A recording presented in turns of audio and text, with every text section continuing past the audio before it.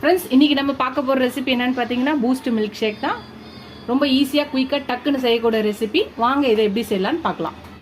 Friends, இன்றைக்கி நம்ம பார்க்க போகிற ரெசிபி என்னென்னு பார்த்தீங்கன்னா பூஸ்ட் வச்சு தான். பூஸ்ட் வச்சு இன்றைக்கி நம்ம ஒரு மில்க் ஷேக் செய்ய போகிறோம். வாங்க எப்படி செய்யலான்னு பார்க்கலாம். அதுக்கு ஒரு மிக்ஸி ஜார் எடுத்துக்கலாம். இதில் நான் பூஸ்ட் பேக்கெட்டை கொட்டிக்கிறேன்.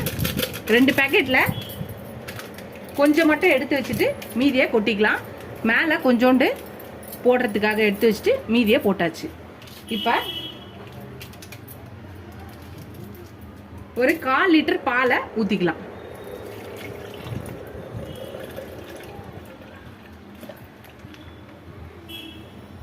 ரெண்டு ஸ்பூன் சுகர் போட்டுக்கலாம். இப்போ இதை நல்லா மிக்சியில் பிளெண்ட் பண்ணி எடுத்துகிட்டு வந்துடலாம்.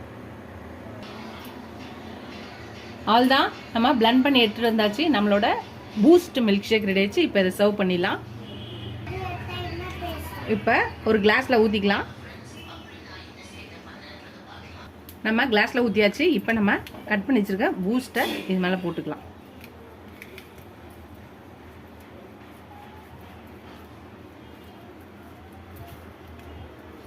அவ்வளோதான், நம்மளோட பூஸ்ட் மில்க் ஷேக் ரெடி ஆயிடுச்சு.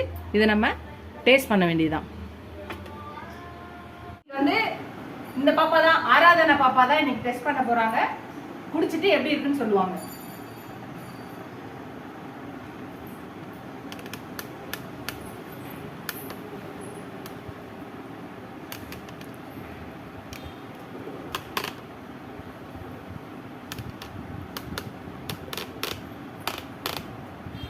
ஆராதனா எப்படி இருக்கு சொல்லு வீடியோக்கு.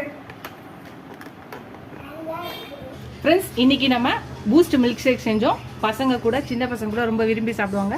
டக்குன்னு குயிக் அண்ட் ஈஸியாக செய்யக்கூடிய ஒரு மில்க் ஷேக் தான்.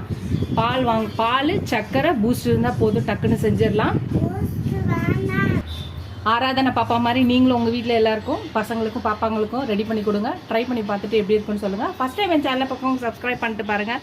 ஃபுல் வீடியோ பாருங்கள். உங்கள் ஃப்ரெண்ட்ஸ்க்கு அந்த சேனலை ஷேர் பண்ணி சப்ஸ்கிரைப் பண்ண சொல்லுங்கள். இதோட அடுத்த வீடியோவில் அடுத்த ரெசிபியில் பார்க்கலாம். டாட்டா, பாய் பாய் ஃப்ரெண்ட்ஸ்.